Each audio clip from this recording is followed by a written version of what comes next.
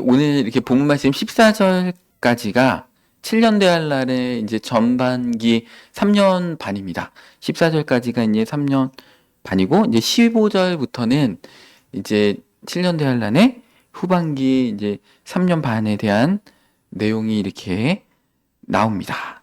그래서 이제 14절 오늘 본문 말씀에 보면 이 천국 복음이 모든 민족에게 증언되기 위하여 온 세상에 전파되리니 그제야 끝이 오리라.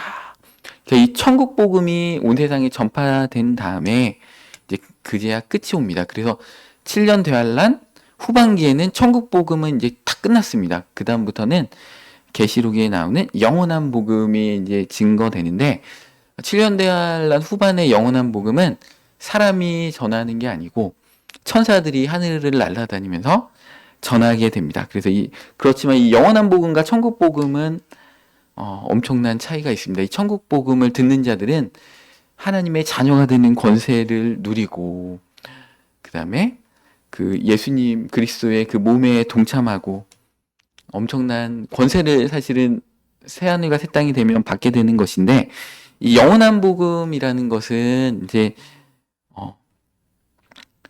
천국 복음보다 이렇게 탁월한 복음은 아닙니다. 우리 요한계시록 14장 6절 말씀에 보면 영원한 복음이 나옵니다. 또 보니 다른 천사가 공중에 날아가는데, 천사들이 이제 공중에 날아다니면서 7년 대환란의 후반기에는 영원한 복음을 전합니다. 땅에 거주하는 자들 곧 모든 민족과 종족과 방언과 백성에게 전할 영원한 복음을 가졌더라 하면서, 영원한 복음은 크게 세 가지입니다. 7절부터 뭐라고 하냐면, 큰 음성으로 이르되 하나님을 두려워하며 그에게 영광을 돌리라. 이는 그의 심판의 시간이 이르렀음이니 하늘과 땅과 바다와 물들의 근원을 만드신 이를 경배하라 하더라. 그러니까 예수님을 이렇게 전하지 않고 이제 성부 하나님, 창조주 하나님을 첫 번째로 이렇게 전합니다. 두 번째로 8절에 또 다른 천사가 둘째가 그리를 따라 말하되 무너졌도다 무너졌도다. 큰 성 바벨론이여 모든 나라에게 음행으로 말미암아 진노의 포도주를 먹이던 자로다. 그러니까 이때는 이제 적그리스도가 활동을 하면서 그 적그리스도의 세력, 그 로마를 중심으로 한 유럽 세력, 그걸 이제 바벨론이라고 합니다. 근데 이 큰 성 바벨론이 이제 멸망될 것이다. 너희들 거기에 동참하지 마라. 이렇게 얘기를 하는 것입니다. 그러니까 실질적으로 딱 필요한 것들. 그러니까 천지를 만드신 창조주 하나님을 알라. 두 번째는 적그리스도의 나라 바벨론은 망할 거야. 거기에 동참하지 말라. 세 번째는 9절에 또 다른 천사가 곧 셋째가 그 뒤를 따라 큰 음성으로 이르되 만일 누구든지 짐승과 그의 우상에게 경배하고 이마에나 손에 표를 받으면 그도 하나님의 진노의 포도주를 마시리니 그 진노의 잔에 섞인 것이 없이 부은 포도주라. 거룩한 천사들과 어린 양 앞에 불과 유황으로 고난을 받으리니. 그러니까 이 적그리스도와 적그리스도의 선지자를 이제 짐승이라고 하잖아요. 짐승들이 있을 때 그에게 우상에게 경배하고 이마에나 손에 그 666 마크를 받으면 영원한 지옥에 간다. 이렇게 명확하게 천사가 영원한 복음 이 세 가지를 이렇게 증거해 줍니다. 그래서 이 영원한 복음을 들으면 그 지옥에 가지 않습니다. 그런데 이들은 신약 백성들과 같이 이방인의 충만한 수가 차는 것 같이 탁월한 그 구원을 받는 자들은 아니고, 그 당시에 이제 예수님을 믿으라 이런 얘기가 없잖아요. 영원한 복음에는 예수님을 통해서 하나님의 자녀가 되는 권세의 그 복음은 천국 복음인 것이고, 이 영원한 복음은 마지막 때에 지옥 가지 않고 구원받는 그 복음입니다. 그래서 성부 하나님만 얘기하는 거죠. 그러다 보니까 여기 이 영원한 복음은 유태인들이 이제 듣게 되는 것이고, 또 이 땅 가운데 예수님을 믿지 않는 불신자들이 영원한 복음을 듣고 짐승의 표 666 마크를 맞지 않으면 그래도 지옥에 가지 않는 그런 특혜를 누리게 됩니다. 그래서 사실은 우리 마태복음 25장에 보면 세 가지 비유가 나오잖아요. 그 열처녀 비유가 나오고, 그 다음에 달란트 비유가 나오고, 양과 염소 비유가 이렇게 나옵니다. 근데 그 열처녀 비유는 믿는 자들에게 주신 비유거든요. 믿는 자들이 기름 준비하지 않고 예배 생활 소홀히 했을 때 바깥 어두운 데 쫓겨난다는 것이고, 달란트 비유도 믿는 자들이 하나님 나라를 위해서 봉사하고 살지 않았을 때 그렇게 얘기하는 것입니다. 근데 양과 염소 비유는 그 신약의 믿는 자들에게 한 비유가 아니고 그것은 이 영원한 복음을 들은 7년 대환란의 후반기에 있는 사람들에게 한 것입니다. 그래서 그때에 우리 믿는 자들이 도망 다니고 옥에 갇히고 막 그렇게 될 때 그 자들을 도와준 자들이 나에게 한 것이죠. 그러니까 염소들이 뭐라고 해요? 내가 어느 때 주님께서 옥에 갇히신 것과 주님께서 헐벗으신 것을 내가 돌보지 아니었나이까. 양들에게 뭐라고요? 양들이 네가 나를 예수님께서 나타나서 네가 나를 돌봐줬구나. 내가 옥에 갇혔을 때 돌봐줬구나. 근데 이 양들도 모르는 거예요. 내가 언제 주님께서 옥에 갇히셨을 때 제가 돌봐드렸습니까? 모른다는 것이죠. 그 사도 바울이 예수님을 핍박한 게 아니고 교회를 핍박했더니 예수님께서 바울에게 나타나셔서 뭐라고 했어요? 네가 왜 나를 핍박하느냐? 그러니까 교인들을 핍박하고 교인들을 도와주는 것은 예수님을 핍박하고 예수님을 도와주는 거하고 똑같다. 교인들은 예수님의 몸이기 때문에 그렇습니다. 그러니까 양과 염소 비유는 거기 뭐라고 하냐면 양들에게 이렇게 얘기가 되어 있습니다. 창세로부터 아버지께서 주실 그 복을 소유한 자요 하면서 그 창세로부터 그 예정되어 있는 복을 소유하라 이렇게 얘기합니다. 창세로부터 그 복을 소유하는 자는 아담과 같은 자죠. 그러니까 그 양과 염소의 비유에 나오는 그 양들은 아담과 같은 육체를 가지고 이렇게 이 땅 가운데 살 것입니다. 근데 우리는 에베소에 보면 믿는 자들, 신약 시대 믿는 자들은 뭐예요? 창세전에 예배한 자들입니다. 그러니까 창세로부터 예배한 자들은 이 영원한 복음을 믿은 자들이고 창세전부터 택정함을 입어 예정함을 입은 자들은 이 신약 시대 이방인들의 그 충만한 수에 차는 우리 신약 시대의 성도들을 얘기하는 것입니다. 그러니까 그 양과 염소에 비해 나오는 그 양들보다는 우리는 부활체이기 때문에 그 예수님과 같은 부활체로 이렇게 부활할 자들이기 때문에 이 천국 복음이 훨씬 더 탁월한 복음이 되는 것입니다. 12절에 보니까 이 영원한 복음에 대해서 뭐라고 해요? 이 영원한 복음을 듣는 성도에 대해서 뭐라고 얘기합니까? 두 가지 부류의 성도가 있다는 것입니다. 성도들의 인내가 여기 있나니 그들은 하나님의 계명과 예수에 대한 믿음을 지키는 자니라. 그러니까 이 7년 대환란의 후반기에 두 가지 부류의 성도들이 있다는 것입니다.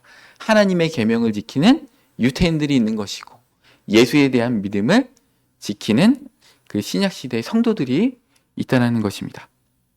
이 유태인들은 개인적으로 예수님을 믿어서 구원을 받는 게 아니고 스가랴서나 그 구약의 다양한 예언서들을 보면 민족적인 구원을 이렇게 받는 것입니다. 이 민족 전체가 그 하나님을 섬기고 그 영원한 복음을 받아들임으로 민족 전체가 구원을 받고 그래서 제사장의 나라의 그 권세를 회복하는 것이지 유태인들이 개인적으로 믿어서 신약시대의 성도들만큼 탁월해지는 것이 아닙니다. 그러니까 이 유태인들보다 사실은 우리 신약시대에 믿는 자들이 훨씬 더 영광스러운 구원의 반열에 들게 되는 것입니다.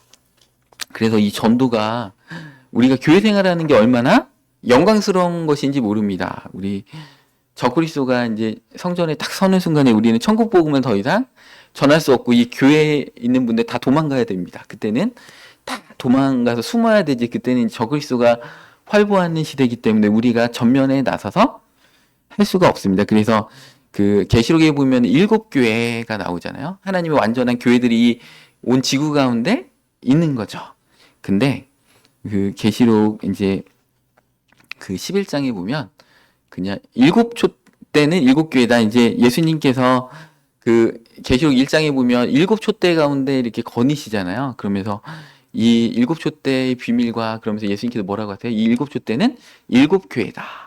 이 땅 가운데 사명을 받은 천국 복음의 사명을 받은 7교회, 이 땅의 교회들이 7교회인 것인데 요한계시록 11장에 보면은 교회들이 다 숨어버립니다. 그때는 두 증인만 나옵니다. 그 두 증인이 두 촛대고 두 감람나무죠.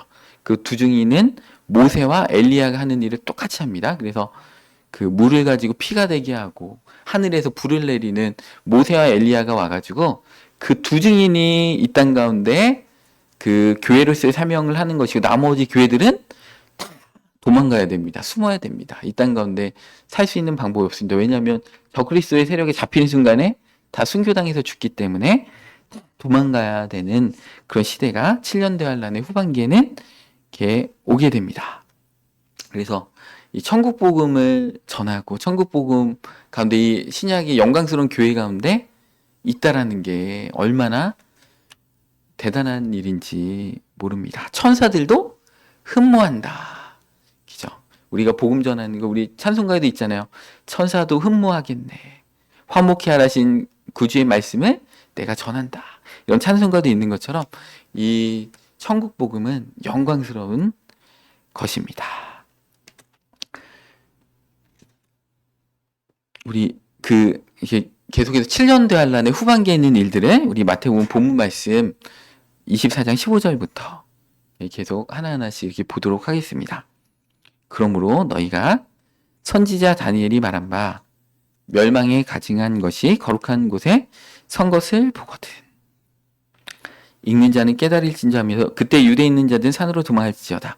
7년 대환란의 딱 중간에 그 적그리스도의 우상이 이제 이스라엘의 성전에 딱 서게 되면서 그때 유대에 있는 자들은 다 산으로 도망가야 된다고 했습니다. 그러니까 유태인들은 그 당시에 이런 일들이 딱 서게 되면 실제로 도망을 가야 됩니다. AD 70년에도 이 예수님의 말씀을 듣고 실제로 도망간 사람들은 그죠? 그 AD 70년에 이제 황제의 아들 황태자가 장군으로 와가지고 예루살렘을 이제 포위하면서 예루살렘에 그 로마 군대의 깃발이 딱 섰을 때 그것을 읽는 자는 깨닫고 산으로 도망간 크리스찬 유태인들은 다 살았고 도망가지 않은 예수님을 믿지 않는 유태인들은 다 하나도 남김없이 죽었습니다. 그래서 그때 유대에 있는 자들은 산으로 도망할지라. 그래서 실질적으로 7년 대환란의 중간이 딱 되면 유대에 있는 자들은 다 숨어야 됩니다. 그 당시 이스라엘에 있다가는 다 발각되는 대로 다 죽을 것입니다.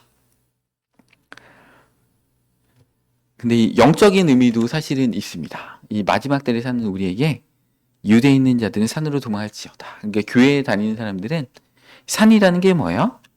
거룩한 진리의 말씀으로 예표되는 게 성경에 많이 나옵니다. 우리 스가랴서 8장 3절 말씀에도 보면 여호와가 이같이 말하노라.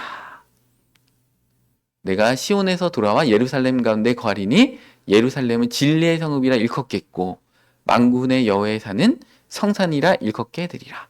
그러니까 이 산이라고 하면은 진리, 하나님의 깊은 말씀 가운데 들어가라 이런 뜻이 있습니다. 그래서 마지막 때가 되면 우리가 말씀의 은혜 가운데, 말씀의 깨달음 가운데 깊이 있게 들어가야 됩니다.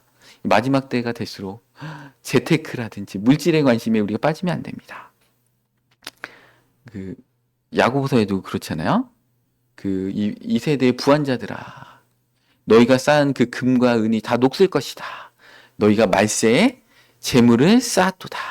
이 말세에는 우리가 세상적인 관심과 세상적인 것들을 막 비축하고 구축하려고 자기의 어떤 성공을 위해 이렇게 살아가면 안 되고 하나님의 말씀의 진리의 말씀으로 깊이 있게 들어가야지 이 종말의 때에 그 환란을 면할 수 있는 그런 조건이 된다는 것입니다.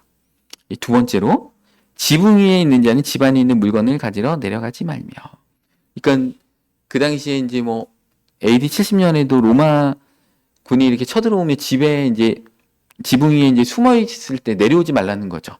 집 밑에 있는 어떤 물건, 생필품이 진짜 필요하니까 막 이렇게 잡으러 왔는데 그거 가지러 잠깐 내려오지도 말라는 거죠. 왜냐하면 생명이 더 귀하기 때문에 그렇다는 것입니다. 근데 영적으로 해석하면 어떻게 되느냐? 이 유태인들은 이 지붕 위에서 이렇게 기도를 했습니다.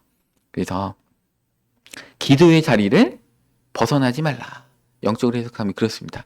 기도의 자리에서 이 삶의 어떤 문제 때문에 기도를 쉬지 말라. 우리는 기도를 가장 최우선적으로 해야 되는데 하루 일상을 다 살다가 밥 먹을 거 다 드시고 주무실 거 다 주무시고 시간 남으면 기도 잠깐 하고 그게 아닙니다.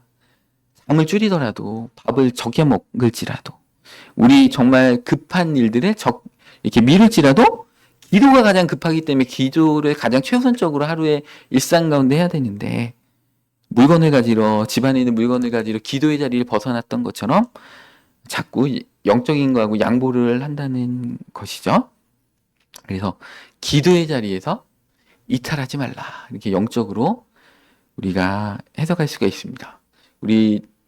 제가 여러 차례 말씀드렸지만 세상에는 중요하고 급한 일이 있고, 중요하고 안 급한 일이 있고, 안 중요하고 급한 일이 있고, 그죠? 안 급하고 안 중요한 일이 있습니다. 근데 우리는 어디에 시간을 가장 많이 써야 되느냐?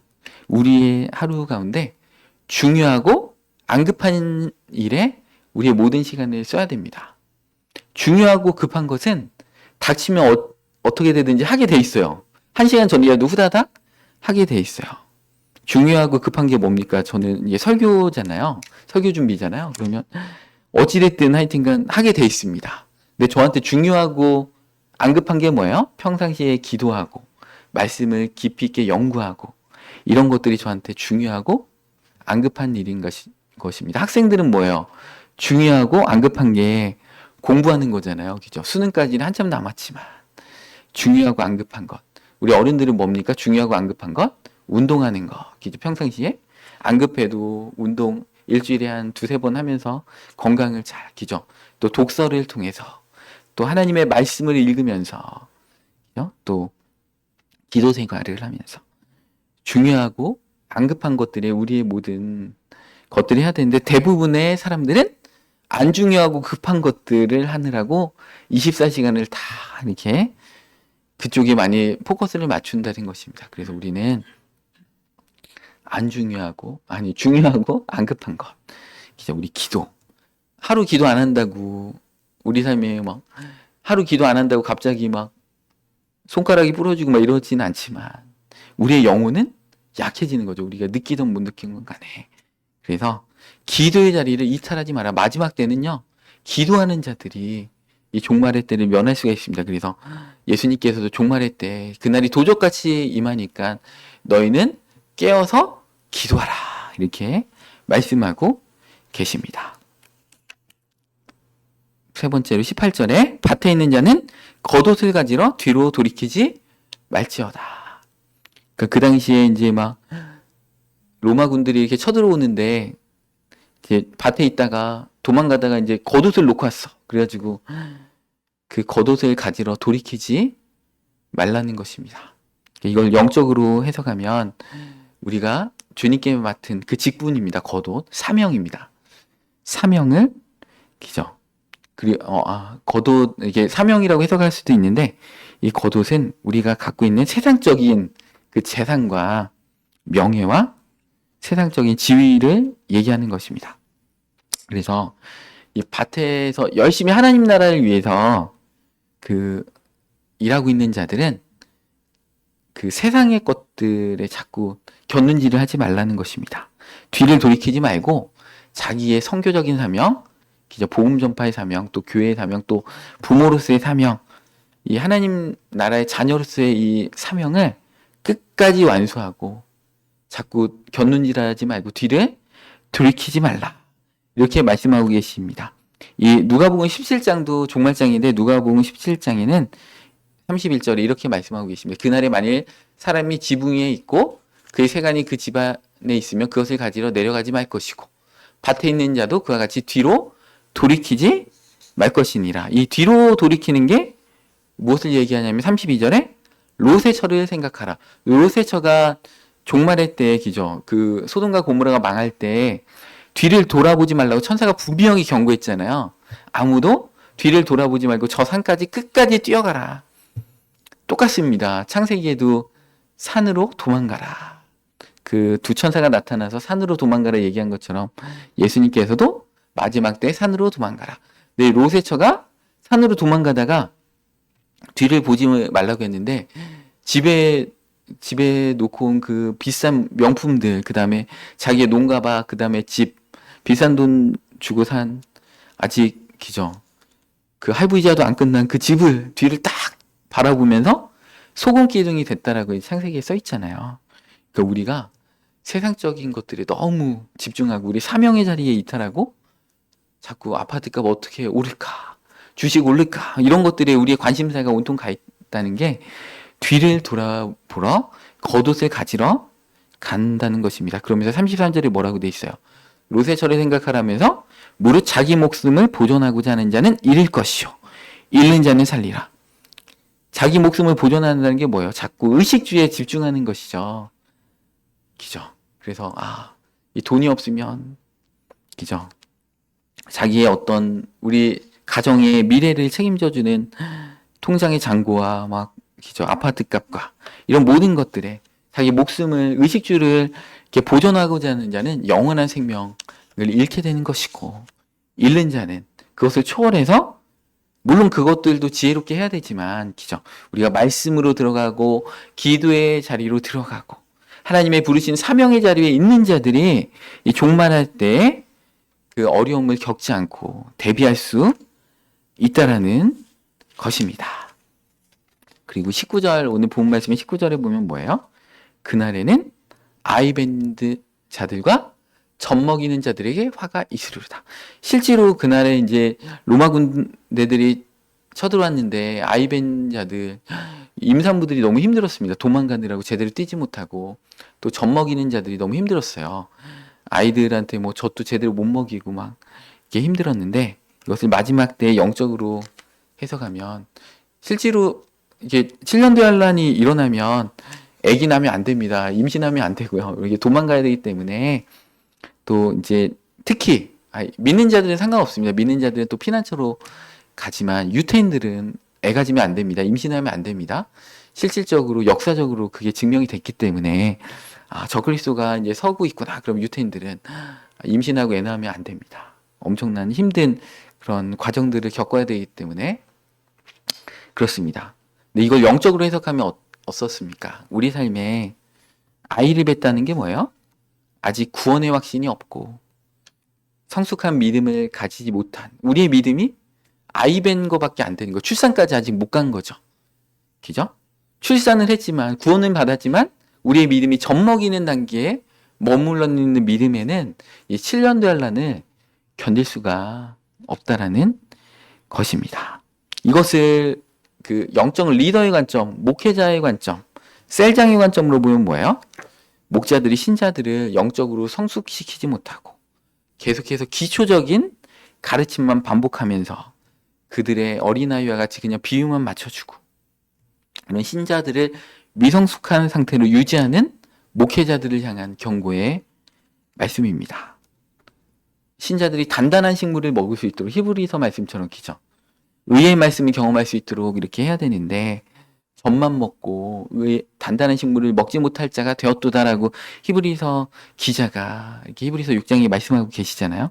더 깊은 영적 진리로 이해하고 적용할 수 있도록 이렇게 성도님들이 이끌어야 가야 되는데 성숙한 그 신앙은 어려운 시기에 참 중요합니다. 영적으로 성숙한 사람만이 이 환난의 때를 잘 견딜 수가 있기 때문에 그렇습니다. 한 달 전에 이제 우리 이미연 목사님이 어떤 꿈을 꿨는데 그 꿈이 현실처럼 되게 생생한 꿈이에요. 근데 이미연 목사님이 이렇게 현실처럼 생생한 꿈을 꾸면 우리 교회에 그대로 이루어지는 것들을 많이 경험을 했습니다. 그래서 그 꿈이 뭘까 그랬는데 이제 이 7년 대환란에 관계된 꿈이었던 것 같아요. 마지막 때 막 한 달 전쯤에 꿨는데 이렇게 물이 이제 쓰나미가 막 이렇게 그 도시를 이렇게 우리가 살고 있는 집을 덮치는 겁니다. 그래가지고 막 그 티코아 같은 작은 이렇게 차를 타고서 막 오솔길로 이렇게 가는 거죠. 그때는 넓은 차들은 이렇게 피난을 못 하더라고요. 그 꿈에서는. 그래서 작은 차, 다마스 같은 그런 티코 같은 차만이 이렇게 산길을 막 이렇게 통과해서 산으로 올라갔는데 또 그 물이 산까지 이렇게 올라간 겁니다. 그 산 위에 있는 어떤 도시가 있는데 같이 막 이제 물이 이렇게 쓰나미가 이렇게 동일본 그 대지진처럼 막 쓰나미가 쳐가지고 다 막 뛰면서 도망가는데 안타깝게 그 유치원에 타고 있던 아이들하고 유치원 선생님들도 같이 이제 차에서 다 내리고 그 도시에 있는 사람들이 차를 다 버리고 막 뛰는 겁니다. 근데 그 꿈에서 안타깝게 유치원 선생님들하고 유치원 아이들은 그 물에 다 휩쓸려서 이렇게 죽었어요. 왜냐하면 이렇게 빨리 뛰지 못하기 때문에 그렇습니다. 그래서 제가 그때 이 마태복음 24장 19절 말씀이 이렇게 다시 한번 생각이 났습니다. 그날에는 아이벤 자들과 젖먹이는 자들, 신앙이 어린 자들은 이 7년 대환란의 때에는 이게 대피하기가 너무나 어렵구나. 그러니까 우리가 마지막 때가 되기 전에 우리 자녀들과 우리의 믿음을 이 아이벤 자들과 젖먹이는 자들에 머물러 있으면 안 됩니다. 깊은 말씀, 산으로 도망가고 기도의 자리에 옥상에 있고, 기죠. 또 사명의 자리, 밭에서 일을 열심히 하면서 그 사명의 자리를 지키고 있는 자들이 성숙한 신앙인이겠죠. 그것들을 제대로 못하는 자들은 아이벤 자들이 되고 젖먹이는 자들이 돼서 7년 대환란의 때 이 어려움 가운데 대피할 수가 없다라는 것입니다. 그리고 20절에 보면 이렇게 얘기합니다. 너희가 도망하는 일이 겨울에나 안식일에 되지 않도록 기도하라. 이 로마 병정들이 AD 70년에 실질적으로 안식일에 막 움직였습니다. 유대인들은 안식일에 못 움직이기 때문에, 오리 이상을 갈 수가 없기 때문에 그거를 딱 노리고 이렇게 갔습니다. 그런 거를 위해 실질적으로 기도해야 되겠죠. 7년 대환란의 때 유태인들이 이렇게 구원받으려면 그 적그리스도가 이렇게 이스라엘을 쳐들어오는 날이 안식일이 되면 안 됩니다. 그래서 그것을 위해서도 기도를 해야 됩니다. 근데 영적인 의미는 뭐예요? 이 도망하는 일이 겨울에나 안식일에 되지 않도록 하라는 것은, 겨울은 신앙이 얼어붙은 상태인 거죠. 영적으로 차갑고 메마른 시기. 하나님 앞에 예배 시간에 찬송을 드려도 감동이 없어. 눈물이 없고 영적인 침체인 거죠. 신앙의 열정이 식어 있는 상태인 것이고, 무감각한 거죠. 성령님의 인도하심, 성령님의 음성도 듣지 못하고 하나님의 인도하심도 깨닫지 못하고 우리 삶 가운데 역사하시는 하나님의 은혜에 대해서 감사하지도 못하고, 성장도 정체되어 있는 거죠. 겨울에는 다 모든 것들이 다 이렇게 멈춰 있습니다. 이게 뭐 개구리도 다 땅에 들어가서 겨울잠 자고 있고, 모든 성장이 멈춰 있는 이 겨울에 우리 신앙이 이런 겨울과 같은 때에 7년 대환란이 오지 않도록 기도하라는 것이고, 또 안식일은 뭡니까? 안식일은 신앙이 쉬고 있는 상태죠. 영적으로 안주하고 쉬고 있는 상태를 나타내는 것입니다. 그래서 현재 신앙에 만족해서 더 이상 성장을 추구하지 않고 수동적인 신앙인 거죠. 하나님을 적극적으로 찾지 않고 습관적인 신앙생활에 머무는 상태입니다. 그 다음에 사역은 중단되어 있는 상태죠. 하나님의 일에 참여하지 않고 개인의 안위만을 추구하는 그런 모습입니다. 우리의 신앙은 항상 깨어있고 활발해야 됩니다. 지속적으로 영적으로 성장해야 됩니다. 우리 신앙이 얼어붙어 있거나 쉬는 상태가 되면 안 되고, 하나님의 부르심에 언제든지 달려갈 준비가 되어 있는 상태가 돼야 되고, 영적 침체나 안일함에 빠지지 않을 수 있도록 우리는 지속적으로 깨어서 기도해야 한다는 것입니다. 우리 21절 말씀에 보면 이는 그때 큰 환란이 있겠습니다. 창세로부터 지금까지 이런 환란이 없었고 후에도 없으리라. 그러니까 우리는 산으로 올라가고, 그죠? 젖먹이는 자가 되면 안 되고 안식일도 되면 안 되고, 이런 여러 우리 신앙의 상태에 대해서 다각적으로 예수님께서 경고하고 이렇게 계시다는 것입니다. 21절에 막 너무 큰 환란이라는 것이죠. 창세로부터 지금까지 이런 환란이 없었기 때문에. 다니엘서 12장 1절에도 그렇게 말씀하고 계시죠. 그때 내 민족을 호위하는 큰 군주 미가엘이 일어날 것이고 또 환란이 있으리니 이는 개국 이래로 그때까지 없던 환란일 것이며, 그렇지만 그때 내 백성 중에 책에 기록된 모든 자가 구원을 받을 것이라. 생명책에 기록되어 있는 자들은 다 구원을 받을 것이라. 그 자들이 누굴까요?